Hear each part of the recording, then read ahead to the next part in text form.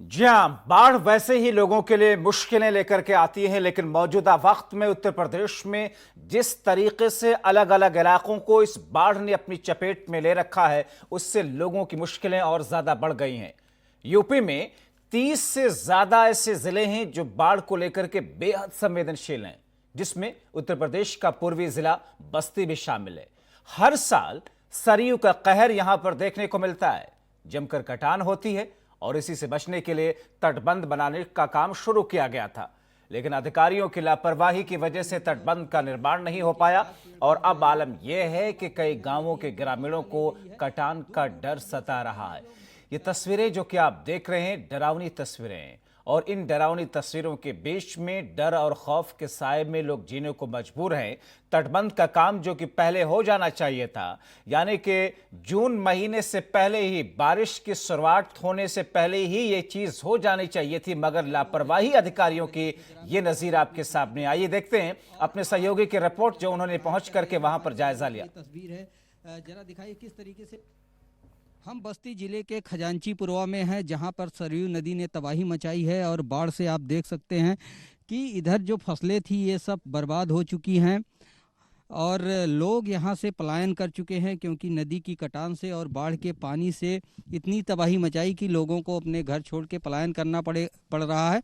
आप देख सकते हैं ये बगल पूरा ये गांव बसा था, यहाँ बस्तियों में, झुग्गियों में और मकान बना के लोग रहते थे, लेकिन अब इनको बाढ़ की वजह से पलायन करना पड़ा है।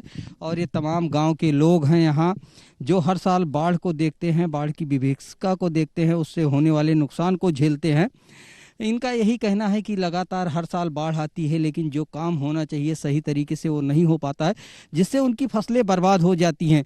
ये सामने का नज़ारा है जहां पर फसलें ही फसलें थीं, किसानों ने अपनी गाड़ी कमाई इन फसलों में लगाई थी, लेकिन बाढ़ के पानी ने सब कुछ निगल लिया, सब कुछ बर्बाद कर दिया। अब इनको सरकार की सहायता की ज़रूरत है, मदद की ज़रूरत है, लेकिन जिस तरीके से तटबंधों को बनाना था वो सारी चीज़ें नहीं हो पाती हैं। क्या कह रहे थे आप, क्या दिक्कत है? नदी भी अपनी कटान पर है साहब, और जिसके चलते जो है हमारा गांव तबाही में आने वाला है, बिल्कुल सामने है। और बंधे से हमारी नदी जो आज ये काट रही है 50 मीटर की दूरी पर है, अभी तक कोई कार्रवाई नहीं हुई है, जिसके चलते गांव हमारा तबाही में आने वाला है।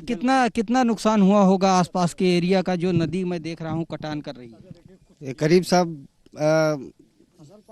बहुत नुकसान हो गया। धान उन इधर सब था, बहुत ज्यादा धान था और करीब 50 बीघा से ज्यादा अभी 2-3 दिन के अंदर कट गया है सब। तो 4-5 गांव शेरवा घाट में चैनल बनाया गया था, मंशा ये थी कि नदी का पानी सीधे निकाल दिया जाएगा उस पार से, लेकिन गांव वालों का कहना है चैनल का काम पूरा नहीं हुआ, अधूरा रहा, जिससे पानी सीधे खलवा और इस गांव के पास आया।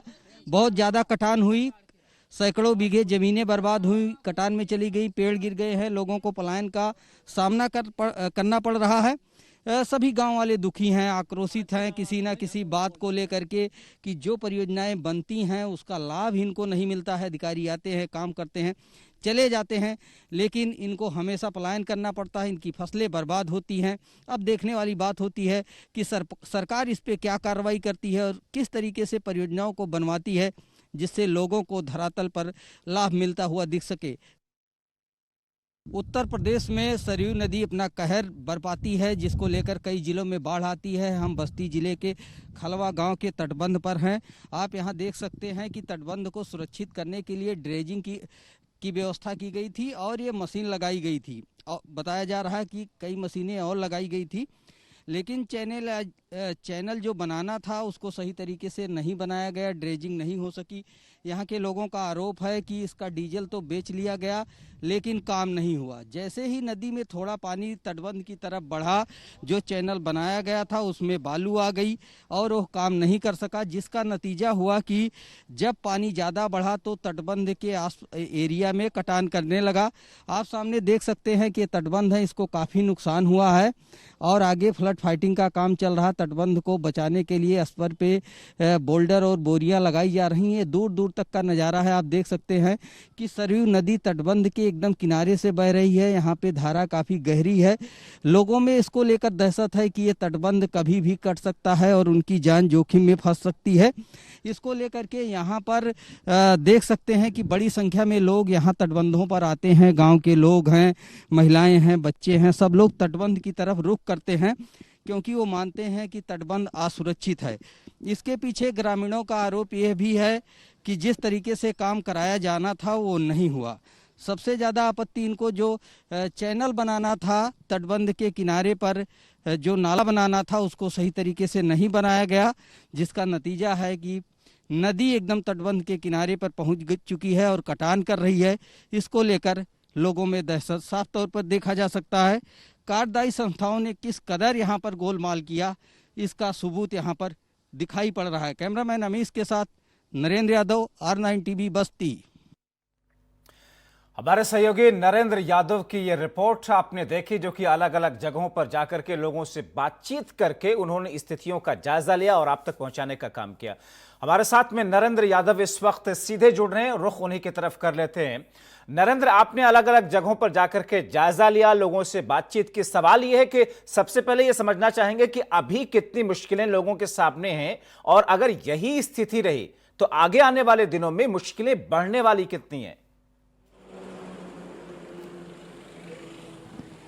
देखिए, उत्तर प्रदेश में 4-5 बड़ी नदियां हैं जो बाढ़ के समय तबाही लाती हैं, लेकिन सिंचाई विभाग इनके लिए हजारों करोड़ रुपया खर्च भी करता है जिससे लोग महफूज रह सके, गांव में कटान ना हो, लोगों को पलायन ना करना पड़े और फसलें उनकी बच जाए। लेकिन अगर धरातल पर देखा जाए, नदी के किनारे जहां पर काम हुआ है वहां पर देखा जाए तो ग्रामीण लगातार आक्रोश व्यक्त करते हैं और खामियां गिनाते हैं। उनका कहना है कि चैनल को जिस तरीके से बनाना था नहीं बनाया गया। सिरवा घाट की एरिया में चैनल बनाया गया जो अम्बेडकर नगर में है, लेकिन लंबाई कम होने की वजह से पानी मुड़ के आया और बस्ती के तटबंध को नुकसान पहुंचाया। सैकड़ों एकड़ जमीन और खेती उनकी बह गई, लोगों को पलायन करना पड़ा। तस्वीरें बताती हैं कि उत्तर प्रदेश में जगह जगह पे बाढ़ है। उत्तर प्रदेश के 1200 से ज़्यादा गांव बाढ़ की चपेट में हैं। बहुत से ऐसे गांव हैं जहां से लोग पलायन किए हुए हैं। अगर बात करें गोंडा की तो गोंडा में भी हालात एल्गिन चरसड़ी बांध के आसपास खराब ही दिख रहे हैं। तटबंध तो सुरक्षित है लेकिन जल भराव ज़्यादा है, लोगों के घरों में, गाँव में पानी भरा हुआ है। तो कुल मिलाकर देखा जाए तो लोग संतुष्ट नहीं हैं उन कामों से, उन परियोजनाओं से जो लगातार हर साल बनाई जाती हैं, लेकिन हर साल उनको बाढ़ का सामना करना पड़ता है। बस्ती में भी इसी नरेंद्र, आपने पूर्वी इलाके जिला बस्ती में जाकर के अलग अलग जगहों पर देखा, तस्वीरें दिखाई, लोगों से बातचीत की। सवाल ये कि अभी जो तटबंध का काम हो रहा है, क्या अभी ये संभव है कि उसे पूरे तरीके से किया जा सकेगा या बाढ़ की वजह से वो काम नहीं हो सकता, अधूरा ही रह जाएगा जिससे मुश्किलें और बढ़ेंगी?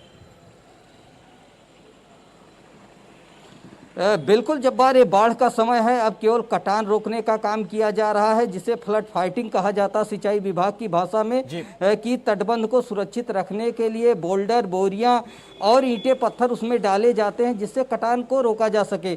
लेकिन बाढ़ के पहले जो काम किए जाते वही महत्वपूर्ण होते हैं।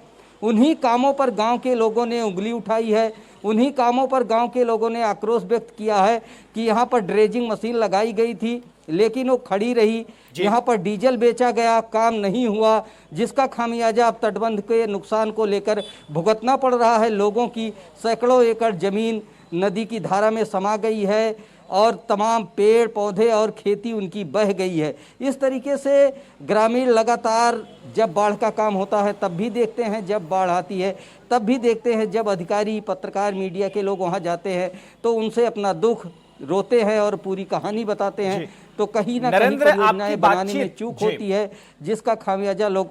जी नरेंद्र, आपने लोगों से वहां पर बातचीत की, आपकी बातचीत प्रशासनिक अमले से भी हुई होगी, जिलाधिकारी से हुई होगी। अब किस किस्म का आश्वासन वो लोग दे रहे हैं, मदद किस तौर पर इन लोगों को की जाएगी? ताकि अभी मुश्किल उतनी ज्यादा नहीं है लेकिन अगर पानी पूरे तौर पर घुस जाता है ग्रामीण इलाकों में या जगहों पर तो फिर कैसे उबार सकेंगे इन चीजों से? देखिए, जिला प्रशासन की तरफ से उनको राशन दिया गया है, उनके रुकने की व्यवस्था की गई है, लेकिन सबसे बड़ी समस्या है कि जो हजारों एकड़ जमीन घाघरा नदी में समा गई है, लोगों की फसलें बर्बाद हो गई हैं, उसका मुआवजा उनको कब मिलेगा। ग्रामीणों का कहना है कि जो फसलें बर्बाद हुई हैं या उनका खेत बह गया, उसका मुआवजा उनको मिलना चाहिए। उनको कहीं ऊंची जगह पर रहने के लिए आवास की व्यवस्था करनी चाहिए, जिससे लगातार वो बाढ़ के प्रकोप से बचते रहें। वहीं सिंचाई विभाग को भी जो घालमेल करते हैं, गलत परियोजनाएं बनाते हैं और काम नहीं करते हैं, बंदर बांट करते हैं, उसमें भी सुधार करने की जरूरत है, तभी लोग महफूज हो पाएंगे। जाहिर तौर पर ये वो तमाम रुपया चीजें सिंचाई हैं विभाग को जिसमें देता है। सुधार की न सिर्फ गुंजाइश बल्कि प्राथमिकता में सुधार किए जाने की जरूरत है। बहुत शुक्रिया नरेंद्र यादव, तफसील से तमाम पहलुओं पर हमारे दर्शकों तक जानकारी पहुंचाने के लिए। और हम इसलिए इन तमाम बारीक निगाह के साथ में तमाम पहलुओं की जानकारी रख रहे हैं ताकि प्रशासनिक अमला और सजग हो, पुलिस प्रशासन और मुस्तैद हो। खासतौर पर वो एजेंसीज जो ऐसे वक्त में काम करने के लिए लगाई जाती हैं, वो अपनी तैयारियों को और बेहतर कर सके।